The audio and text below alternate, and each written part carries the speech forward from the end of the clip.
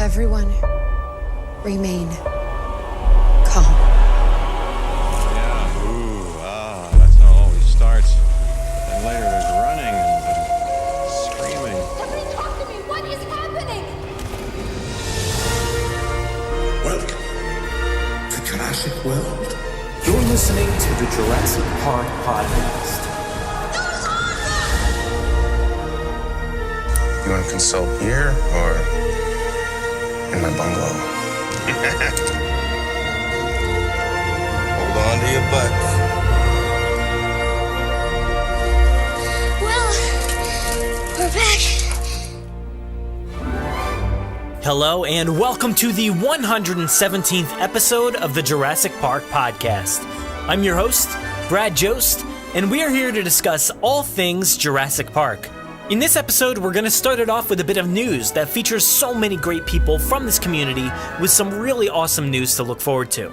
After that, we have the 7th installment of Extinction Level Jurassic Park, which features some of the biggest bits of Easter eggs and tie-ins to the Jurassic series yet. It's pretty insane how much Argent is packed into this episode. There's a lot of Sorna revelations in this one, so stay tuned. But after episode 7 of Extinction Level, I'll give a quick after show of this segment, wrapping up some of the coolest moments and some of my thoughts on the ongoing series. Trust me, there's a lot.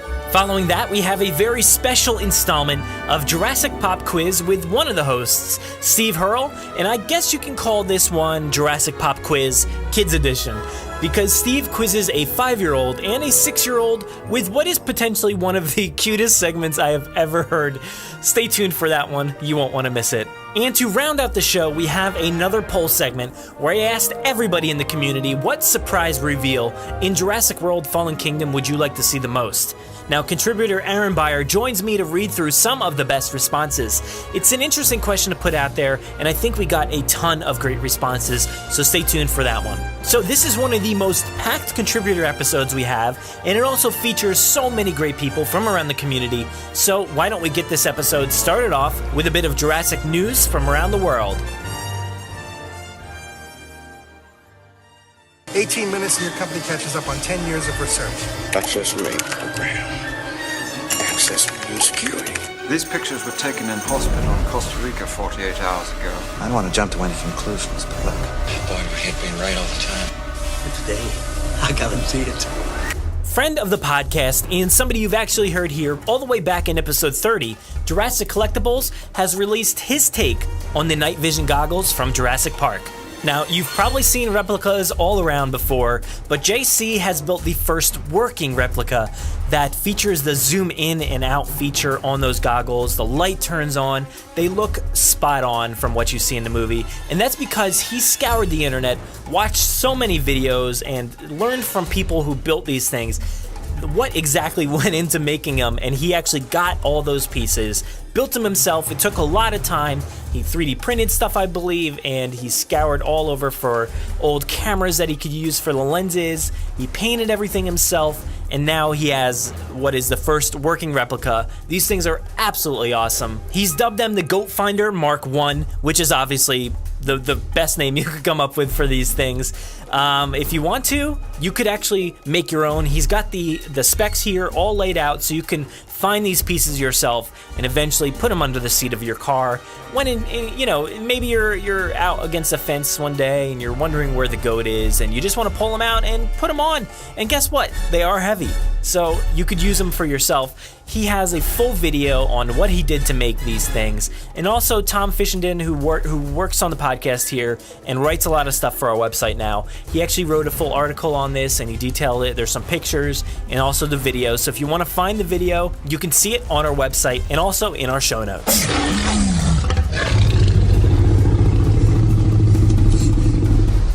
More friends of the podcast here. Everything Jurassic is releasing new video series called the InGen Files, where they document everything and talk all about the Jurassic Park franchise. It looks like there's going to be a new episode every Friday, and it will focus on documenting the entire Jurassic Park series story-wise, and will be kind of like a Wikipedia, but in a video form. So far, it looks like they're going to be discussing the characters, dinosaurs, locations, and basically anything from the films, and it's going to be an amazing source for all the Jurassic Park fans out there. there. Over on Everything Jurassic Park's YouTube page, InGen Files, Ryan and Roland have already introduced their first episode describing what it is, and there's going to be plenty more where that came from. So head to our show notes to find the link to their YouTube page, and I'll also post the video right there for you to see. Lastly, here in the news, we have another friend of the podcast. You know her, Victoria's Cantina. She has a special announcement for everybody listening, and she's also made the announcement herself, but she is doing round 3 of her Jurassic Park week. Here's a bit of information from her release. Following up on the Lost World week and Jurassic Park Series 2 week from 2016, Victoria's Cantina announces Jurassic Park week. This third Kenner Jurassic Park themed week will kick off on Victoria Cantina's YouTube channel on Monday, October 9th at 6 p.m. Pacific Standard Time. Jurassic Park Week will feature entertaining new videos with new guests from the Jurassic Park community, including JP Carnotaur, Ted Brothers, and the Jurassic Collection. This time, things will be a little bit different. In honor of Breast Cancer Awareness Month, all proceeds received from ad revenue for Jurassic Park Week videos will be donated to the Susan G. Komen Race for the Cure research initiative. All you have to do is tune into Jurassic Park Week, and if you like, go beyond just watching the videos. You can donate directly to the Susan G. Komen Foundation or to Victoria's Cantina. Victoria will include your donation along with all proceeds collected on November 22nd, 2017. For details on donating, contact Victoria's Cantina via email, YouTube, or social media. And don't forget to tune in on October 9th. So this is an absolutely amazing thing that Victoria is doing here. All the Jurassic Park fans that listen to this, that watch her videos, that are just out there, maybe they didn't know about this, let them know, share it around, like, subscribe, retweet, do all that stuff, and watch these videos. Make sure that, you know, all the proceeds that from you watching and doing everything that you can do go to breast cancer awareness. I'm super excited to see what everybody puts together. JP Carnotaur, Ted Brothers, the Jurassic Collection, and Victoria. So stay tuned for Jurassic Park Week. Oh, there it is. There it is. And now let's dive into episode 7 of Extinction Level Jurassic Park. Previously on Extinction Level Jurassic Park. It's the little girl. I fear for my animals. I'd like to continue my own research on this, but I'd need my data from a Site B facility. Go to Sauna. Save my animals, Henry. John Hammond died today. Masrani Global now owns International Genetics. Murphy! Hey, I know you. You're Mr. Masrani, right? I want to make you a proposition. I need someone I can trust on the team that's overseeing the island security. If you want to conquer fear, don't sit home and think about it. Go out and get busy. People living on Isla Madanceras having troubles. I need to go there. If these really are InGen dinosaurs, we're going to have a big problem on our hands. Episode 7, Departure. In the early morning, Marty Gutierrez walks towards a running helicopter, standing ready for takeoff from an airport in Costa Rica. He is followed by Jorge Mendez, who shortly discusses something with the pilot. Then he nods the okay to Gutierrez. Thanks for arranging this, Jorge. I know this must have been difficult in this such short time. No hay problema. Marty climbs aboard, gives a last wave at Jorge and slams the door shut. Immediately the helicopter starts to move into the air, to head for Isla Matanceros. The noise of the helicopters continues as more helicopters are waiting for clearance, but Jorge does not give this any attention. He walks back to the terminal, where his path crosses that of a woman, carrying a brownish backpack on her back, and a small black tape-covered box in her hands. She almost bumps into him. He salutes her and walks on. The woman continues in the opposite direction, making her way to the helicopters on the platform, where another man recognizes her coming towards them. Dr. Harding! Sarah Harding waves back to signal she's seen him, and when she reaches the helicopters, she hands the package to Masrani. I was asked to give you this! Ah, yes. Henry will be pleased. Thank you. Come on, get aboard. Masrani opens the helicopter door for Sarah and she sees Tim Murphy waiting inside. I believe you know Tim Murphy. She climbs aboard. Heard of? Ian Malcolm told me about you. Pleased to meet you. You helped my grandfather on sauna before, right? Yes. How is Dr. Malcolm? Sarah takes her seat and tightens her seatbelts easily. Oh, he's alright, I guess. Always busy, you know. Masrani closes the door behind Sarah and walks around to the front passenger side and gets in too.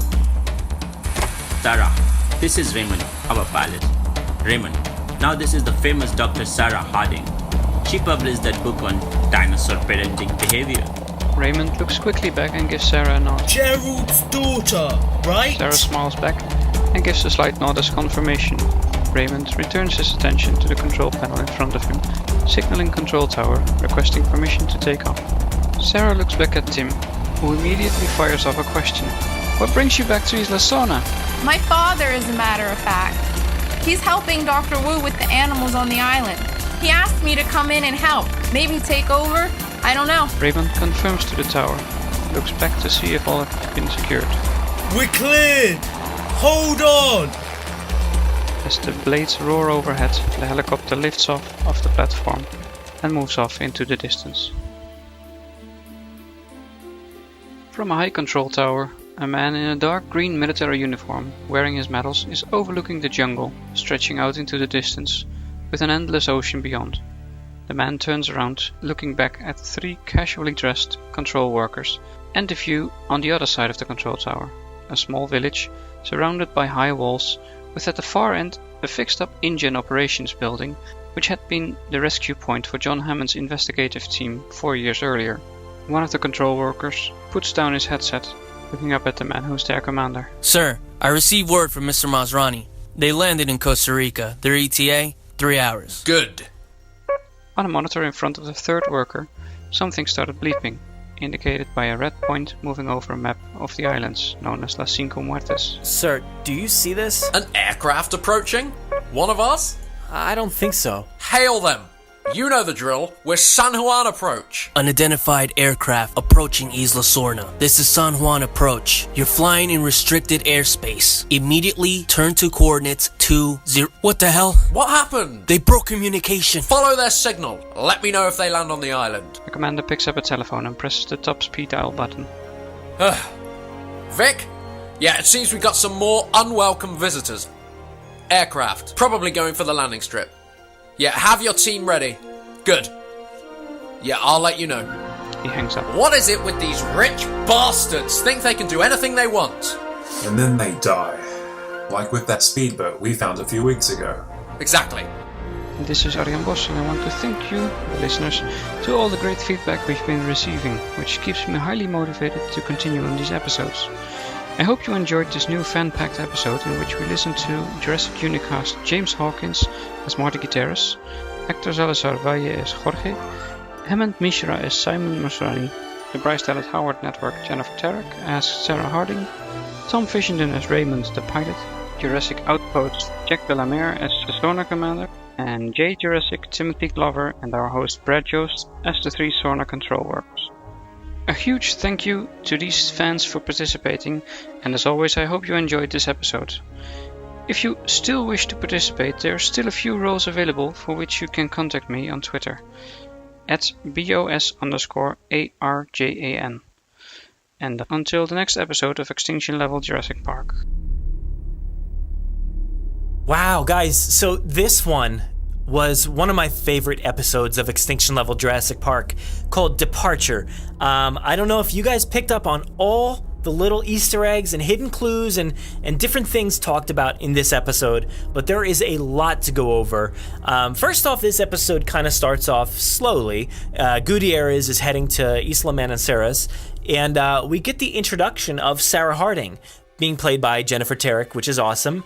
And of course, we hear that she is carrying her lucky pack. And that's where this episode really takes off. Sarah Harding meets up with Masrani, delivers a package to him for Dr. Wu. I don't know what's in there yet. Maybe I missed that, but I don't think we know what's in there just yet. But it looks like she's going to be joining this team that we heard about before that's traveling to Sorna. We heard Masrani trying to coax Tim Murphy into going for security reasons to Sorna, and now we find out that he apparently coaxed Sarah Harding into going, and the last time we saw her was at the end of the Lost World, asleep, watching TV there, but she enters the helicopter, she notices Tim Murphy, they have this little banter back and forth, she's heard about him, of course, through Malcolm, and she does mention that Malcolm is always busy, so that's what he's been up to recently, I don't know, he's just busy. But we find out that Harding has published a book on dinosaur parenting behavior. That's kind of an obvious reveal there because of all her work on Sorna, documenting these animals, and obviously showcasing the parent relationship between these dinosaurs, the Rexes specifically. There was a lot that went on there, and it probably impacted her a lot. She wrote a book about it. But we find out that she's going to the island because of her father, and we know her father, Jerry Harding, from Jurassic Park, actually. There wasn't an initial connection there, really, in the movies, showcasing that they're related, I don't believe. Now, Jerry is the guy that was, tending to the sick Triceratops, and he's her reasoning for returning to Sorna. Apparently, he has been helping Dr. Wu with the animals on the island, probably getting them into place or, corralling them. That's kind of seemed like what he was doing before, making sure they're not sick and stuff like that. But it seems like maybe Sarah is going to take over his position. She didn't really seem to know, I guess. She was kind of confused as to what was going on, too. But from there, I guess the helicopters take off, and they're probably on their way to Sorna.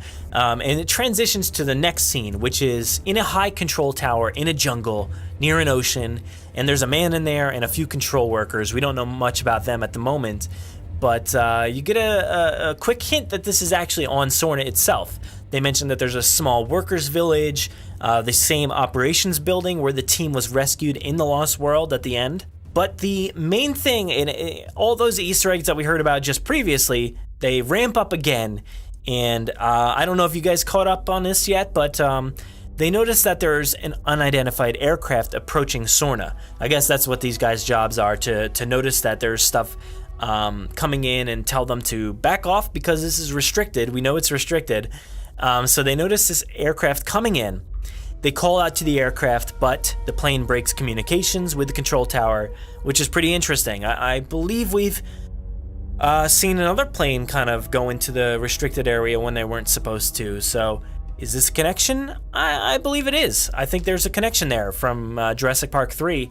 And it also, one of the guys in there, I guess the commander calls to Vic Hoskins, which is another interesting revelation there, to ready a team to intercept the aircraft, which is apparently going to the airstrip. They also mentioned finding a speedboat that was wrecked off the island.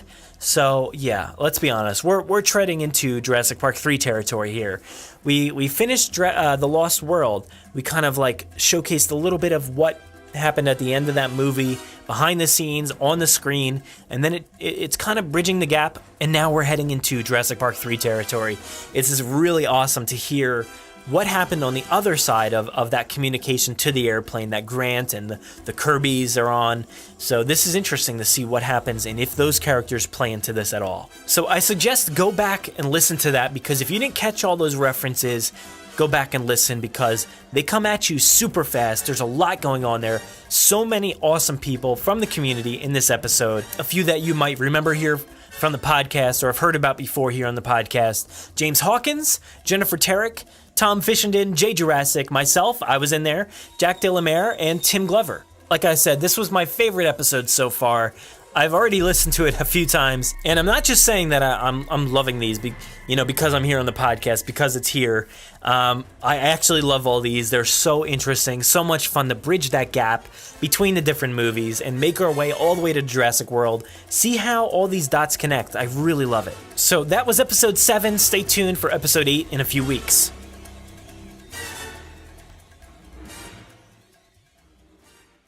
I have good reason to believe that you would find this challenging. You should hear a 4-year-old try to say Archaeornithomimus. You should hear you try to say it. Even problem-solving intelligence, especially the big one. Well, this madness must stop. Now. Are you, sir? No, gentlemen. How did you know? One drop of this can paralyze you, so watch out. Thank God. Is this real? Yes. It is? Jurassic Pop Quiz with Jurassic Unicast. Hello and welcome back to Jurassic Unicast. I've got a special little thing today where we're doing a Jurassic Pop Quiz, but instead of we're doing it with the Jurassic community, I'm interviewing a 5-year-old and a 6-year-old to see what their views are on Jurassic Park. So I'm joined here today with Jennifer and Lucas. Say hello. Hello. What's up? Hi. I didn't say hello. I was supposed to say hello. That's alright, you can say what you like. Right. So, you all like Jurassic Park? Yeah. Yeah? Of course, yes. Of course, yes. What is your favourite film out of all of them? Do you like the original Jurassic I Park? like the number ones because like the person gets eaten in the toilet. Cause it's really funny because they go to the toilet. Yeah. I think my number 10 is Number 2. You like number 2? Yeah. The Lost World. Yeah. Yeah, with the two T-Rexes. Yeah, and also he also gets eaten by the toilet. No, that's Jurassic Park 1. No, but one boy just got eaten and the hole in the toilet. Oh, right, okay. Yeah, this may happen quite a lot in this one. Right, so shall we kick it off? Yeah. Right. I'll ask you both together. What is your favourite dinosaur from the Jurassic Park films? Mine is the Dominus Rex. Mine is nothing. Nothing. You told me it was Velociraptor. Mine's the favourite. My favourite is the Dominus Rex. Yeah? Why do you like the Indominus Rex?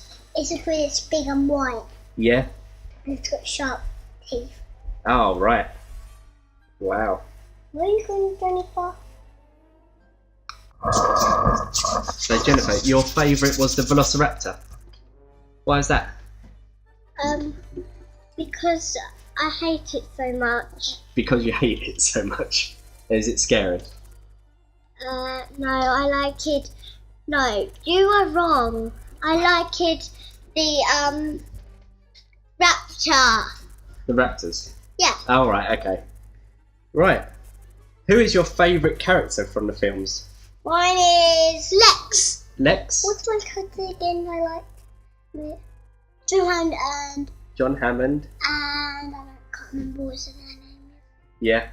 John Hammond, and you like Owen. Oh, yeah. Owen from Jurassic World. And you like Lex. No, don't kiss me. Right. Right, this one's a bit of a funny one.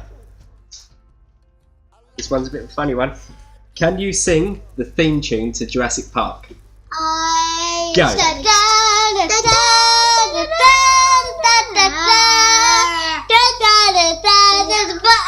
Behind you. Alright, that's very good apart from the butthole added in there. Right. It was funny. Right, this one is from Jurassic World. That's hard.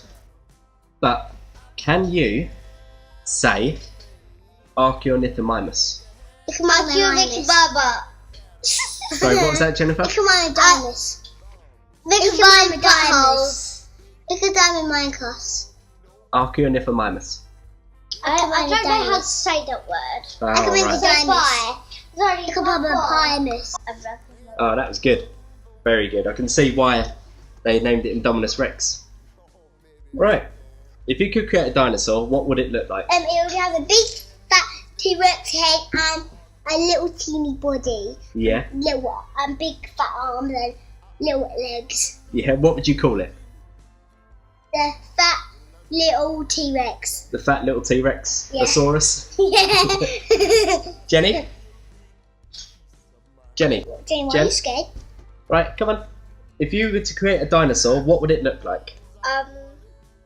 It has a big skinny body, it's all skinny and it has no blood, no bones. So it's just a weird floppy thing. Yeah, weird floppy dinosaur. What would you call it? The floppy saurus. The floppy Mickey. Floppy Mickey? I'll change my mind. I want to do mine floppy. Floppy? So, we call the floppy-saurus. Oh, right, that's good. Floppy-saurus. Right. We call floppy, so when he's a saurus, we've got a saurus in his name, so he's floppy-saurus. Oh. He has to jump everywhere to get people. And he has to, swallow the whole person, not chew it. And he has to, Does weird little shaking. Yeah. I have to, jump like that. Oh, yours is doing the worm across the floor. Yeah. It's going to floppy. Mine when it jumps goes like this. And yours is doing like a wiggly worm on the floor as well. Yeah. These are really weird dinosaurs. And it only goes flat like this. Oh, right. When it When it just stands up like that, it just falls over. It just falls over like, whoop. Oh dear. And it's flat on his face. Mine goes like this. Flat. Ow! Please Okay. get me And- up. And also it's got no tail, so it can't balance up. Oh, right, okay. I What sort of roar has it got?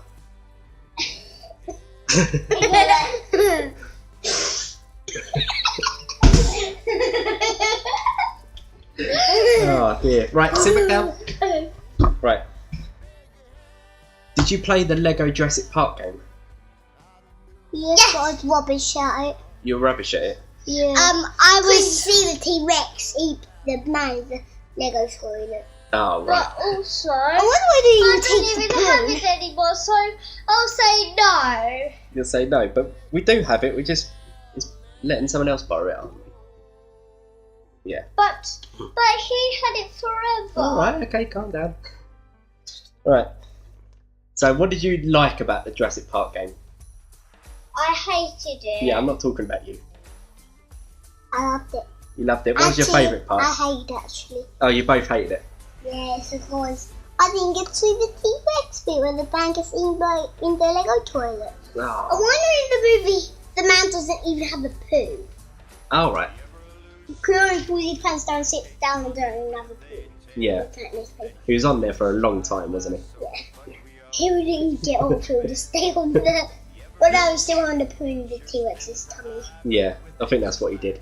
Yeah, I think he did as well. Yeah. Because she would have a tummy with ache. Yeah. Oh dear. Right. So, last question. If you could have one job in Jurassic Park, what would it be? Keeping care of the raptors. Oh, raptor trainer. Mine would be punching the T-Rex. Punching the T-Rex? Yeah. Why would you punch a T-Rex? I want to try to take him out of the cage and run to England again. Oh, And get right. out of the country. Yeah. Oh, I forgot the very, very last question.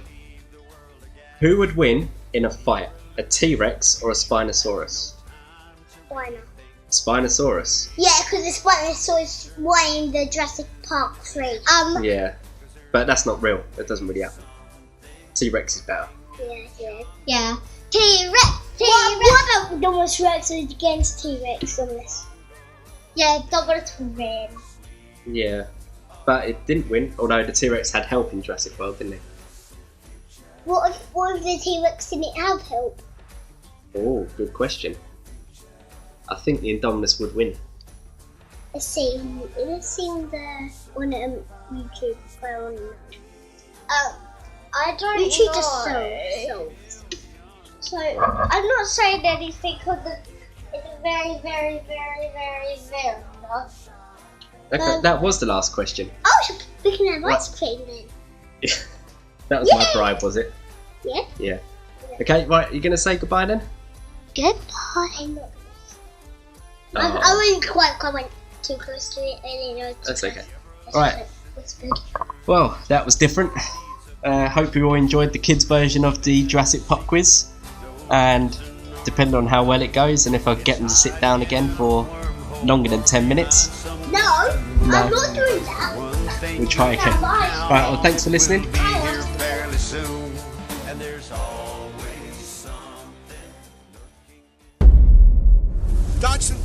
Dodson, we've got Dodson here! Just went and made a new dinosaur? That doesn't look very scary. You are alive. I stopped to eat you. So we're back with another poll segment this week. I feel like it's been quite a while since we actually did one of these, but it's a little bit of a special segment. Usually I do these myself, but today I brought in contributor Aaron Beyer here to help me out, kind of sort through all these insane answers we got. So how you doing, Aaron? I'm doing good, Brad. How are you? I'm doing great. I'm a little under the weather. Maybe you can tell by my voice. I'm a little stuffy, but I think we'll still be able to get through these easy enough. Nah, I can't tell, so I don't think people at home will be able to tell either. Hopefully not. Well, for the poll question this week, I asked, what surprise reveal would you most like to see in Jurassic World Fallen Kingdom? I thought it was an interesting question because a lot of the stuff stays veiled. You don't necessarily know everything going into the movie, and sometimes there's that moment that surprises you and is something of a shock to you, or a twist even. So I was just wondering what people kind of would hope for or expect to see, I guess, in Fallen Kingdom. I don't know if I have any of those reveals myself. I don't know if I have a specific one. Do you have anything? Yeah, when I answered back to this, I had an answer. I have something really small that I want. It doesn't even need to be big. We have a lot of people wanting cameos of actors. We want people to all new dinosaurs and all that stuff. But I actually want something really small, which maybe we can get to later. I kind of like the idea that Jurassic World is an all new thing. I don't necessarily personally need to dwell too much on the past, but yeah, we can cover that later. Okay. All right, so why don't we start over here on Twitter? We got a ton of responses, so let's see. The first one I'm going to do is Fede. He says, a final scene in which we learn that, for some reason, dinosaurs will breed all over the world, or Lockwood being the Biosyn chief. Now, Lockwood is one of the proposed character names, so that's up in the air at the moment. And he also says a Sam Neill cameo, but yeah, that's a pretty interesting one. Yeah, I kind of hope that Biosyn does make an appearance in the movie. Yes, as of right now, we don't know anything about that company in the film franchise. It's definitely right now a book thing, but it would be cool to see that expanded out in these films. And as far as breeding around the world, I mean, who knows? It definitely would match with the title of Jurassic World, which is, they changed it from Jurassic Park specifically because they wanted it to be a more world-encompassing title. But, Trevorrow has said he's not really building a cinematic universe or anything, so who knows, what that can mean. Yeah. I'm always a fan of doing something like Planet of the Apes, minus the talking. But, that's already been played out perfectly in Planet of the Apes and The Walking Dead, so who knows? Exactly. Can't get much better than that, so. Yeah. Let's move on to another one here. Do you have one? So there's a bunch of people here. So at Saturn Lover 51, Hugh says, I'd like to see Dr. Sattler and Dr. Grant have some sort of cameo. Someone else here at Brandon H83 just posted a photo of the actor who plays Tim, much older. As far as cameos go, I know we're getting Jeff Goldblum. I personally don't need any cameos. I do like the idea that Jurassic World is its own separate thing with some history in the old movies. To me, when you start bringing in all these actors from the old, I don't know, I don't think it cheapens it. That's not really the right phrase, but it just kind of makes it we're unable to move on. Exactly. Yeah. From it, with Harrison Ford being in The Force Awakens, and Carrie Fisher being in The Force Awakens, and presumably what's his name? Oh my gosh, why am I blanking on his name? The guy that plays Luke Skywalker. Mark Hamill. Crap. Mark Hamill. Thank you. He's coming back for the next one. It's I like these franchises to be able to move on. I think moving on from the mainstay actors is the way to guarantee longevity in a franchise. But people want some of these older actors, so you have to respect that. Yeah, I mean, I don't care either way. I wouldn't mind a quick cameo, like something from The Lost World with Lex and Tim. that style of cameo where it has no bearing, on the story. It's just it's not like somebody's here to save the day or anything like that. Right, and I've kind of gone on the record as saying that I hope Jeff Goldblum's cameo is something along the lines in a scene like the courtroom sequence from Iron Man 2. Maybe he's testifying about his time on the island, or maybe he's being justified in his old opinions. Yeah. Something like that. I really hope he's not along for the adventure. No offense to Jeff Goldblum. It's just, I love him as much as everyone else, but I just, he had the movie that he starred in. He had the movie that he was a supporting character in. I just don't know if that character really has much more to add other than another I told you so kind of moment. Yeah. And it's funny because now that I look at a lot of these, I haven't even really screened these before. So I can tell a lot of people just want characters, so this is funny. Crystal Adams says, Ian has settled down and is in a stable marriage. Still is crazy, but in a domesticated crazy. So, I mean, that's just how we'll see Ian, but yeah, that's a joke.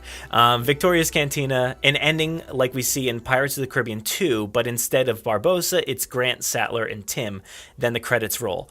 Now, for Pirates of the Caribbean 2, that was one of those like twist moments that really killed me. I was like, I can't believe it. He's back. Like, this is crazy. I don't know if I would go as crazy this time around, but it'd be interesting. But I like you said, I feel like we should just move on for the time being. Maybe have their cameo in the next one or something like that.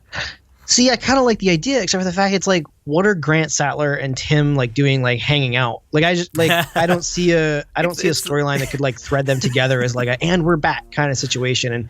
And to me, like with Pirates of the Caribbean 2, like Barbossa was kind of this big thing, but I personally didn't like 2 or 3. So oh man, I know I like 4 better than 2 and 3, which is like the most unpopular opinion ever. And I still haven't seen 5. That. I really like 4. I really like 5, but yeah, I like 2 a lot too. So, but we have Caleb Burnett says he wants Dodgson. Sorry, my like clogged nose is making me not say these names. Arjun Boss says Alan Grant. Matt M says Biosyn. So that's a few interesting ones right there. Yeah, and at Tim 84 also says Dodson, which to me, like Dodson is a character like Wu that I wouldn't mind expanding on that character and kind of bringing in like, has he really spent 20 some years like still trying to hunt down this this technology? Wouldn't it have just been easier to like for his own company to like figure it out themselves rather than corporate espionage kind of stuff? But if we got an expanded kind of character on him, in the original actor wears glasses throughout the entire scene, I think, in the original movie, and because we can't get that actor today, why not? And it's the same thing with Wu. Like, I thought it was cool they brought Wu back in the last movie, and honestly, if his story arc doesn't pick up until the 3rd of this new trilogy, I'd be cool with that. Or if they just wanted to do it in this sequel too, that'd be cool too. Yeah, and there's big questions revolving around like, is it okay for them to bring back that character, knowing like the actor himself is kind of a not a good guy. So it just brings up all this questions of, can they do it? Will it create too much questions around the character in the movie and too much drama that they don't need? I don't know. I mean, I think the people on this planet that know about this actor and kind of what he did are really the people that follow Jurassic Park. So yeah, you're probably like to the average audience, I don't think anybody's going to care. And by the time the next one comes around, they won't even know that this character was in the first movie. Like, they'll just be like, oh, it's a new guy. It's a different character. You could completely recast this character, like to not even look like the original actor, and I don't think anybody would care. Yeah. This person here at Transformers 134, they have no idea. I just know that it'll be awesome. So, yeah. Fair enough. That's pretty fair. Let's see. I commented on this, and someone else has something similar to what I want. Is they want to know about Sorna, even if it's just a name drop, and that was from Brian McLean. I'm in the same boat. I want to hear something about Site B. I don't need to go there. I don't need to have extended scenes there. I just want them to like be like, what do we do from here? Well, we could go over to Sorna, and they'd be like, oh, no way. There's no way you'd get me on Sorna. And just something along the lines of like, it's out there. It's too dangerous to go to. Yeah. It's been 20 some years and that island has not been touched. Whereas Nublar has been, it was what's the word I'm looking for? It was like not manicured, I guess manicured. Yeah, it was taken care of and then went into disarray and then rebuilt again and taken care of again, minus like some parts beyond the fences that we don't really know about, like the restricted zone. But Sorna hasn't been touched in how many years? Like what is that like? What have the animals evolved into? Like just something to fulfill my imagination would be great. Yeah, and even more so, like to legitimize The Lost World and Jurassic Park 3 again, because there was that thing that people just assume that those movies don't matter anymore, that we're skipping over them, that they don't belong in the canon anymore and stuff like that. So it would be good to at least have a nod or something like that to Site B, and maybe even mention the fact that that family got stuck there with the paleontologists or something like that, like just to kind of legitimize those movies. I mean, I don't particularly care for Jurassic Park 3 all that much, but I do think the Spinosaur was really cool.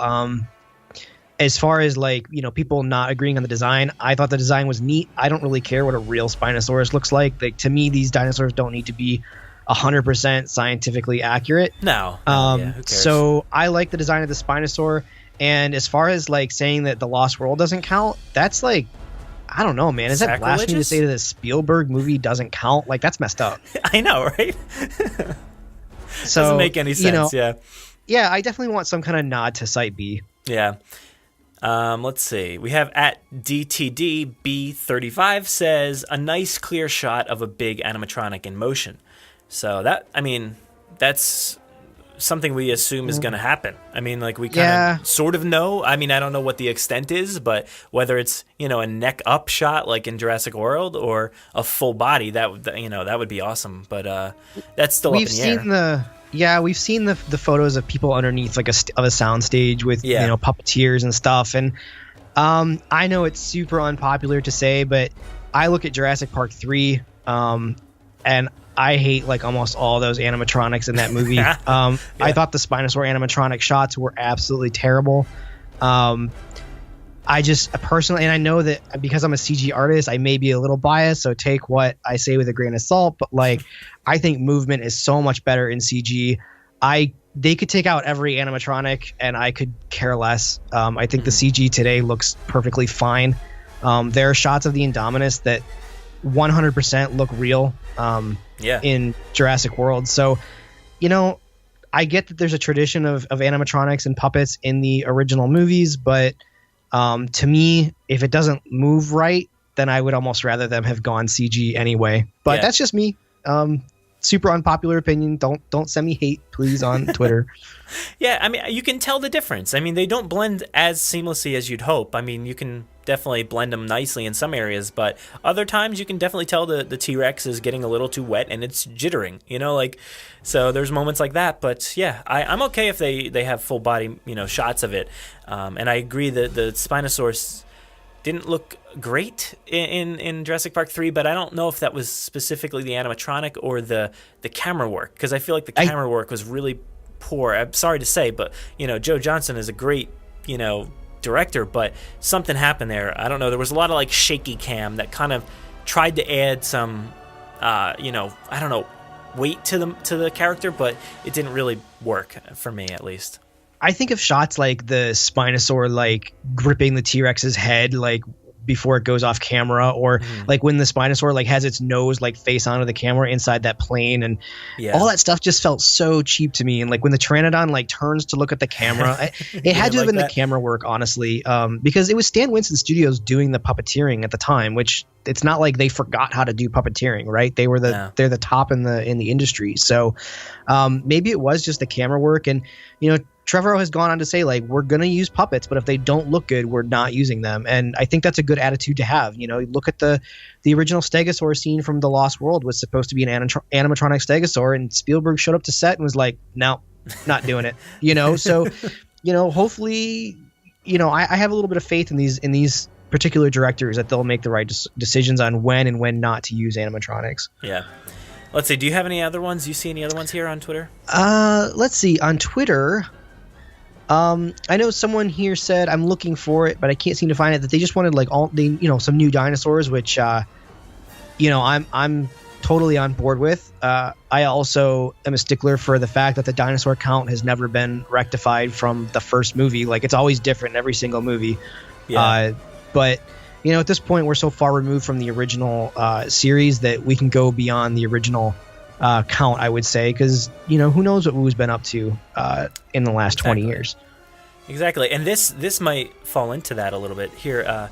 Agent Sean Bassett says Jurassic World: Fallen Kingdom will feature a genetically modified hybrid of a raptor and Jeff Goldblum rampaging through London. So maybe Jeff Goldblum's one of those new species. Like from what was it? What alien movie was it where she's been genetically like attached to an alien or whatever, and she's just like, kill me. Maybe it's Goldblum and a dinosaur mixed together. Maybe with the horn rimmed glasses. There might be a few here. We've covered a lot of these characters. So why don't we move over to Instagram? Okay. We got a lot of comments here as well. Yeah, here is one that says this is Weenie Pooch says new dinosaurs, of course. So like you just said. Let's see, GGOLBELAC. Sorry, I can't pronounce all these. I'm prepared to be equally let down as I was with Jurassic World. So that's a downer right there. Well, fair enough. And honestly, I have a feeling if you didn't like Jurassic World, you probably won't like its sequel. Yeah. We talked about like more hybrids, which I particularly would like for them to steer away from. I feel like that was a good plot device for a movie. I don't know if I want a trilogy based on that, but I have a feeling we're getting more based on things they've talked about or have said, on social media. Yeah. And that's. I mean, I feel bad for whoever this is. Like, yeah, that kind of sucks. I hate the fact that you didn't appreciate or didn't like this movie as much as some of us did. But I understand why some people maybe didn't like it. But hopefully, there's a lot of people that think this one might change people's minds for the last one, or retroactively make them like Jurassic World, or there's all kinds of theories out there as to how this one could be better and make people like the last one. I don't know if that'll happen, but I guess we'll find out. Yeah, I don't know if this one can be better than, the original. Well, I shouldn't say the original. I don't know if it can be better than Jurassic World. Jurassic World was a nice, fresh take on the franchise, even though it did repeat a lot of the storylines and themes of the original film. But I would assume that this one's going to be a bit darker based on the poster and based on the way trilogies work. The second one is usually a little bit darker than the original. And even with the fact that the director they have this time around is a horror director, so typically, so who knows? Maybe the genre will kind of change up, like in the Aliens movies or like in the Terminators movies. Maybe the genre will just be completely different this time around. Yeah, I'm expecting a little bit of a shift in genre, but I mean, we don't know. We're still up in the air, and every time I say like, oh, I don't know what to expect, I'm expecting like a trailer to drop anytime or somebody to describe what this movie's like, so that way I don't have to keep saying that. Like, what is this movie? Yeah, who knows? Like I see one here. Steel at Cosplay says, I would love to see surprise like Alan Grant and Dr. Sattler in the film. Since JP3 is not canon for Jurassic World, maybe they would be married finally and have some kids. There you go. See what I mean? To me, like, I never knew that Jurassic Park 3 wasn't canon. I know that it's got... It is. It is canon. There was just misleading article or something early on in Jurassic World that made people believe that it wasn't canon. Because people said like it was like we're not talking sequel. about the last two films, and like that's something okay. Like that, you don't have to. It's a direct sequel to Jurassic Park, not necessarily meaning we're removing those two other films, but it is kind of a direct sequel to Jurassic Park. That storyline, not the storyline of the other two movies. Yeah, it's almost like The Lost World and Jurassic Park 3 are really more offshoots or spin-offs, which I'm fine with. Because, they don't directly... I don't know. See, I consider The Lost World to be a direct sequel. It was completely different than Jurassic Park. It wasn't the same, like... it wasn't rehashed, like, story. I think it has a really cool tie to, like, the Sir Arthur Conan Doyle Lost World. So, to me, that's, like, a proper sequel. It was a bit of the same with a new story, whereas I feel like Jurassic World was more of the same. Like, the same plot, the same, like... I don't know. Everyone's surprised when the dinosaurs like break out, and it's like, well, in The Lost World, they didn't break out. Like, we went there and messed with them. So, I don't know. I have like a really deep love for that second movie, and even though the third one is riddled with continuity errors, I guess I kind of like that one too. I don't know. Let's see. Let's move on here. At Indoraptor _ 2018. Says, I'm expecting a surprise in the trailer, by the way. Also, do you think Jurassic World 2 may feature a post-credit scene? So, for the trailer, I mean, I hope there's no surprises in the trailer, to be honest. I mean, I hope we get what we expect, nothing more. And for a post-credit scene, I don't know. I don't feel like this is the type of franchise to do that. No, and I was thinking about that the other day. I really hope that Jurassic World 2 is its own story, completely wraps up. Doesn't feel the need to like advertise like another film coming up later. That is, to me, wearing a little thin. I can think about the Marvel movies I've seen like the last few, and like to me, they're almost like they're just setting things up for like the new Avengers films or whatever like that. So I just want movies to be their own story. Like Wonder Woman didn't have this this ending scene to like set up the Justice League. It was just like, no, this is Wonder Woman's story, and take it or leave it. We're not going to give you a tease for the next film. I kind of like that. It's nice old school filmmaking where, hey, we're going to tell you a story and it's going to have a beginning, a middle, and an end, and that's that. Yeah, which I just watched last night, so that was good timing there. I kind of went on my phone, picked it up after the movie, and I'm like, post-credit scene Wonder Woman. I Googled that, and it's like, Patty Jenkins describes why she didn't put a post-credit scene, and I'm like, all right, cool, that's fine with me. I'm good with that. I don't need a tease, but I do like the Marvel ones, as long as they're not like making fun of the audience, because I feel like a few of them recently have been like, haha, you just stayed here for no reason. Yeah, kind of. There's some post-credit scenes that I completely, I don't really get on board with. Like, there's one at the end of Thor where there's just like a monster dog running around that he like fought in either an old movie or at the beginning of the second one. And it's like, why? Like, this thing's just going to run around now and terrorize people, and we're not going to know. Like, that just seems like bad heroing to me. I don't know. Yeah. Let's see. What else we have here? There's so many to go through. I kind of get lost every now and then. I got one here that I really completely agree with. Ann Deleuze99 says the Carnotaur chameleon. ... Hopefully, if we got a Carnotaur in this new movie, that would be absolutely awesome. That's one of my favorite dinosaurs. If they colored it like the one, or at least if it was a chameleon and they colored it like the one from the Kenner line from the first movie, or from the first run of toys, like the red and the black, man, that would be super cool. And, along that line, I'm hoping that maybe we get a full-size Dilophosaur, the 20 foot long, one that it really was. And man, if you had a full-size Dilophosaur and a big frill, just imagine the amount of venom that thing could spew, and it would be so good.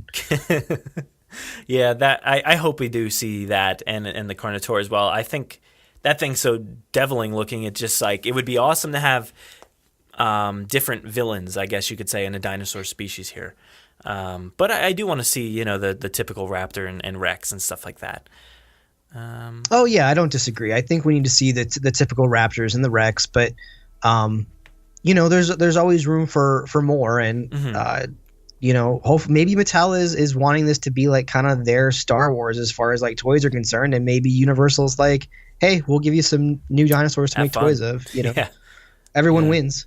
Yeah, that would be awesome. I hope so. I mean, like I said before with the movie, we don't know anything yet. Yeah. Oh God.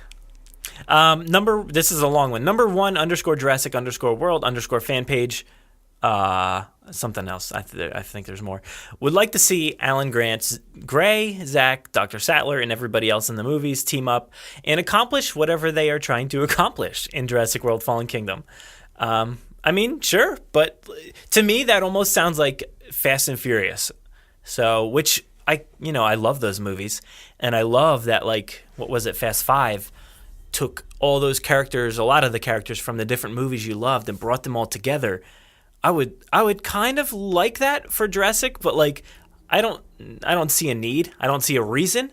But like, just imagine like a scenario where like they're all getting together to complete a task, and you just have like Ellie and Sarah and I don't even know who's left, Nick, and just like all these people coming together, Zach and Gray for some reason, like they all have their own specialties to do something, and then they take down some dinosaurs. It would be absolutely crazy, unnecessary, and dumb, but it kind of sounds fun.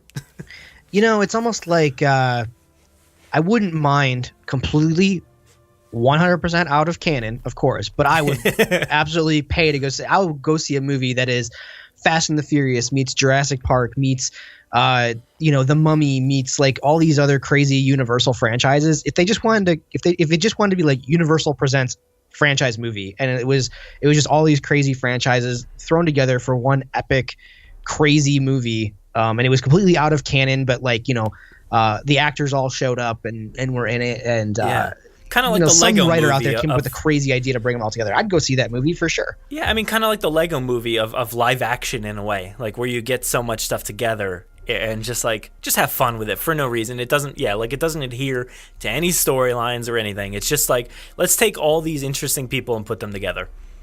Yeah, 100%. I mean, why not? Franchise movies are really big right now, but if Universal were to come out and say, like, look, Universal Monsters isn't kind of working out, Jurassic Park is working out, Fast and Furious is working out, we got some other things that we'd like to throw in there. Like, why not, man? Like, let's just do it. Sort of like how they wanted to, and which I don't believe they're doing anymore, but the Men in Black 21 Jump Street, crossover. They were going to do that for a long time, and I think it fell off. But that would have been really strange and interesting, but I probably would have absolutely loved it. Yeah, just something to kind of harken back to, like, when we were kids and we used to, like, mash up all of our action figures together, and but it would just have to be so insane that it could not have any bearing whatsoever on any of the other franchises or movies. It would just have to be a one-off. Let's have fun with these characters. Let's see. We have Ectogaza here says Eric Kirby working for Biosyn and John Hammond cryogenically frozen. I don't think that's going to happen, but I mean, all for it if it happens. Yeah. Eric Kirby's been I'll tell you a what, villain this whole time. I'll take that in my one-off movie. I don't need Eric Kirby back, especially Ever? tied in somehow to Biosyn. I get that he survived on the island for 8 weeks by himself or whatever, but yeah, he's the guy that in that movie, like, his name comes up on the screen. It's like Eric Kirby, the survivalist, and he just like he's like the guy that survives any situation. Throw him in, and he'll they're take just care like, of it. hey, we should like give Eric Kirby a call, and everyone's like, who? Who's that? Yeah. Who? It's like, oh, well, he survived on an island with dinosaurs for 8 weeks. It's like, okay, Never good. heard of it. Yeah. All right, whatever. Easton _K_67 says the Ludlows return. I mean, we only know one Ludlow, right? Like Peter Ludlow? I guess so. But we only know one Ludlow. I'll tell you what. In my one-off movie, he can come back with like a Terminator arm and or whatever it is. Like, he got eaten. But Didn't he do that already? Like, or something in the comics? Oh, it's I forget exactly. Let's not even. We don't need to talk about that whole debacle that is the newer comics for Jurassic Park. Oh, they're so bad. Unpopular opinion, maybe? I don't know. I don't think they're good. I couldn't read past the first one. I haven't had a chance to read through all of them, so I'm behind on the game there. Let's see. Do you see any more? I'm running down. There's a few more, I think. I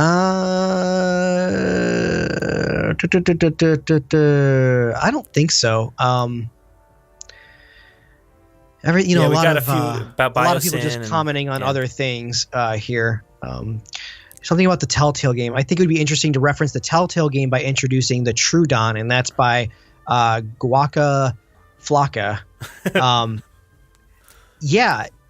Somehow referencing the Telltale game would actually be really cool if they maybe came across like that mosasaur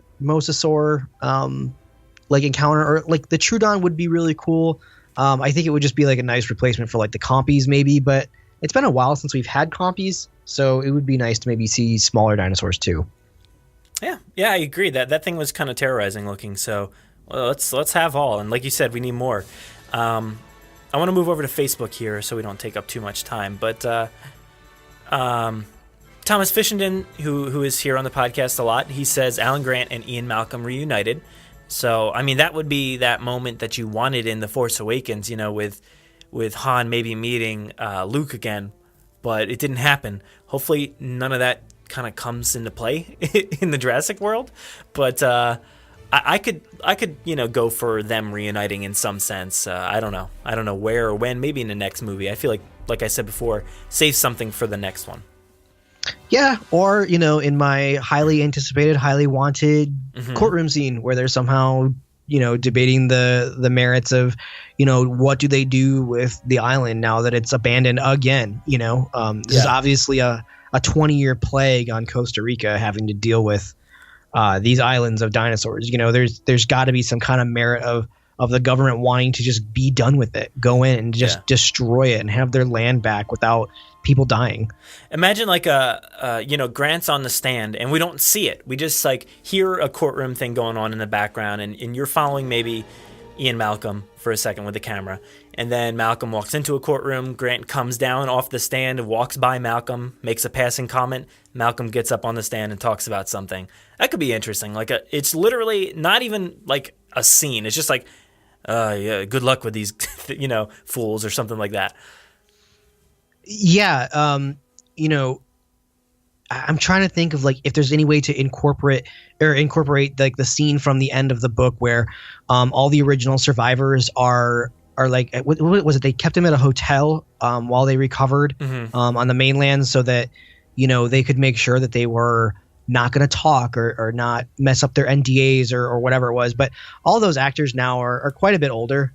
So there would definitely have to be some digital reconstruction to all their faces to maybe have a scene cool. like that. Yeah. To kind of flash back to after Jurassic Park. Actually, that would be really awesome. Like an after Jurassic Park scene, flashing back to the original, and maybe we could get, Sarah Harding in there, when she meets Malcolm or something like that. That would be kind of neat. Yeah. And the last one, Adam Buller here says Spitter's having a decent role in the film aside from a hologram. So yeah, you kind of brought that up already. So a decent role, that would be, having the bigger one would be amazing. Yeah, if we maybe just two. Like I don't want a herd of them like in the Telltale game where there was like a dozen of them, all the wrong size, by the way, running around chasing people. But yeah, if there was like, one or two, like in the book, they kind of come up on the Spitters, the Dilophosaurs while they're like in their like mating dance ritual. It would be kind of neat to maybe incorporate that scene. Maybe they just happen to come across that and they like interrupt, and that's going to lead to two pretty angry animals. So, maybe a scene like that would be cool. Yeah, I think we got a lot of really good answers, and like always, everybody here in the community is awesome at responding, sending in all their thoughts and stuff like that. So thank you again here for sending everything in and commenting, and stay tuned. I'm sure we'll come up with more. Like I said, I think maybe did I mention in the beginning, we haven't done this in a while. I try to keep tabs on all the questions I ask and stuff so I don't repeat stuff too much, but I like this. I like finding out what people want to know.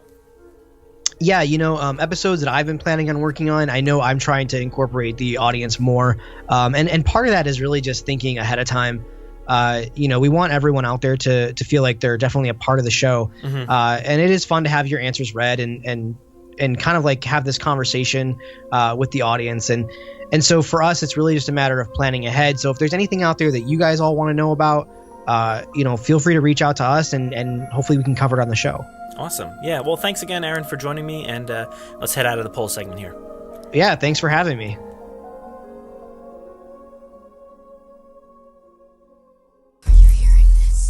Make sure to visit JurassicParkPodcast.com to find all our past episodes, brand new news articles, information on how to contact us, and much more. It's a great source for everything related to the podcast, and of course, Jurassic Park and Jurassic World. Head to JurassicParkPodcast.com and help us build a great community. Anybody hear that?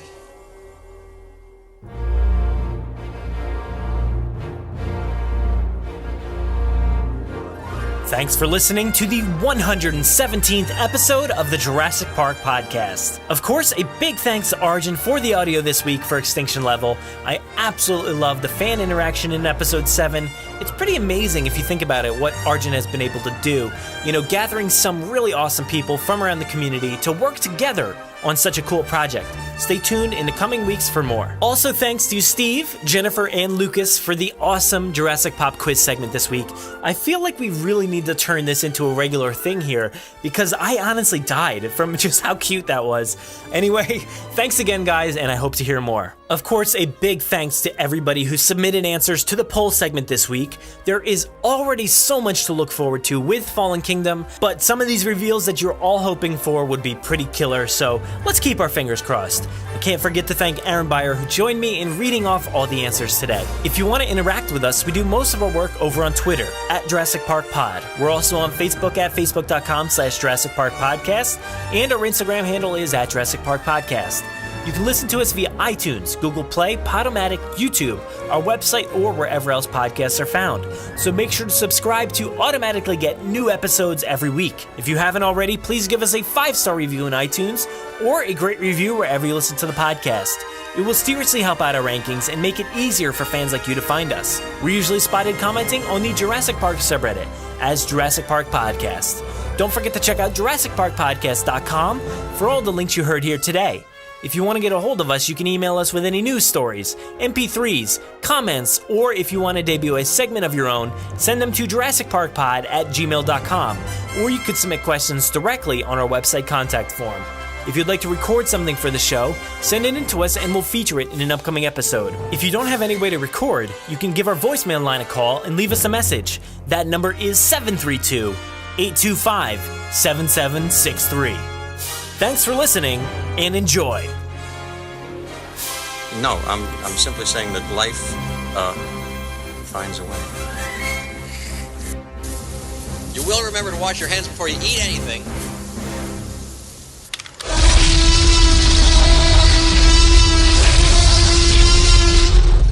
"5 minutes. Drop what you're doing and leave now."